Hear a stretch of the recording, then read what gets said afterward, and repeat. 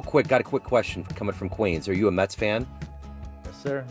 Okay, I got something I want to throw out at you, and this is going to be crazy. It's going to be like me starting a company.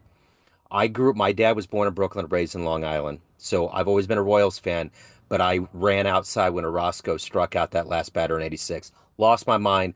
Dwight Gooden was my hero growing up, and he came Amazing. to Kansas City 2 years ago, and I got to meet him at a Hall of Game. He got inducted.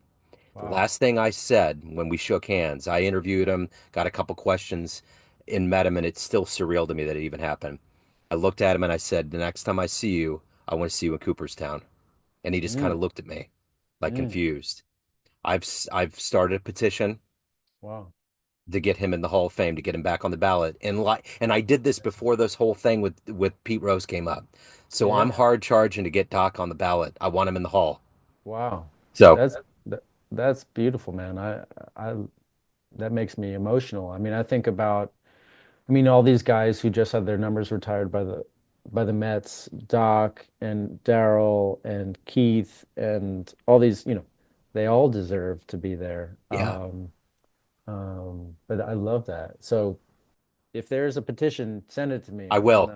I I want to will. get my name on it. Yeah. I will absolutely send it over to you, but it's weird because I just literally called the Mets publicity office and said, who Wow. can I talk? I'm going to go to the top. No matter how harebrained people think it is, I'm going to keep pushing. There was actually a song by a band called the Mountain Goats called Doc Gooden that was put out. Yeah, yeah. The And mountain goats live in Durham, or at least where I used to live in North Carolina. Yeah. Yeah, And yeah. they just got back. Their PR guy came back and said, this is the kind of interview they'd love to do. So I just want to get all of this positive noise out there to say, Of let's course. do it. People are signing the petition. We're just going to kind of put it out there. But I think that, one of the things that gets me is that Buck O'Neill got inducted after he passed. And it's like these cats that Uh-huh. did this their whole life should feel the glory. I mean, and the thing about Gooden is that he pitched a no-hitter at 31 while his dad was on his deathbed. There's so many things about his career that were fantastic that That's I right. just, and like you said, all of those guys that were on that '86 team, all of those stellar players totally should be enshrined, That's right. you Yeah, know? I mean, it's yes, I know there's the drugs, and then in Pete Rose's case, the gambling. But honestly, the way that professional sports has turned into gambling central, I often think, man, is this we're keeping Pete out of the hall, Isn't and that this is what weird? sports have become. That's so weird, dude. I didn't even think about that. It's like the snake eating its own tail. It's totally right. Like all of this. And then, I think now with this whole cancel culture, there's a level of us that needs to start feeling a little bit more redemption for these human beings.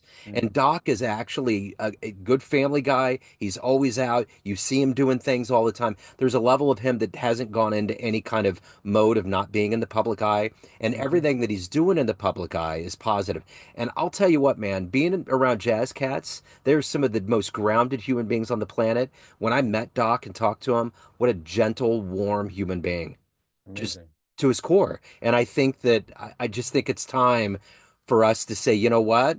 Things happen, man. It wasn't like he was doing performance enhancing things. He Uh, did stuff off the field that affected him. But as right. far as the integrity of the game and what he was doing and what he brought to his teams, especially the Mets, come That's on. right. You know, That's right. there's not That's a lot right. of people that have had their number retired either. And the fact that that happened last year, That's right. Oh it, it yeah, it's it's wonderful. significant. So yeah, I love that. Thank you for doing that. And I've been thinking about those guys a lot recently, and you just look at their stats; it's through the roof. And Yeah, someone like Hernandez, who, oh my God, like one of the best uh, first basemen to ever play the game, and he can't get in the hall because of yeah. you know all that stuff. So I hear you. It's I'd like to see a day where all of them can get in. So It was wonderful to meet you and best of luck, sir. likewise, in terms.